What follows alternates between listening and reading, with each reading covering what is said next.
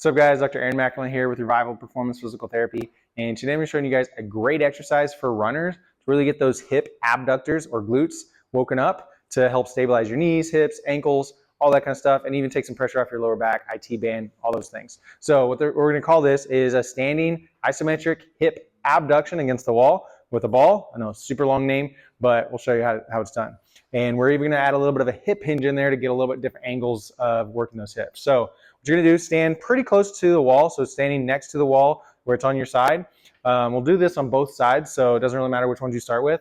And then you're going to take a ball. This is a weighted ball. It doesn't matter what ball it is. It could be just like a basketball or soccer ball or volleyball. It doesn't matter. Put that about hip level or maybe a little bit below hip level, and then squish the ball with your knee there.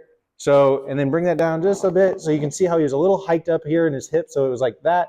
We want that to stay about level and the knee, a little bit under the hips or right around their hips. So in that position, he is using a lot of muscles here to keep himself from falling over and to keep this ball pushed against there, and then using his external rotators here in the hip to push that ball there. So there he's feeling a pretty good burn on the side of the hips. So what we're going to do is, I'm not even going to give a rep range for this, just kind of go till it's really burning, or you compensate or let this thing start falling. And so in that position, if you can handle it, the progression of this is keeping that there and then kind of stick your bottom back and then stick your bottom forward. So you're doing a little bit of a hip hinge while those hip muscles are really firing.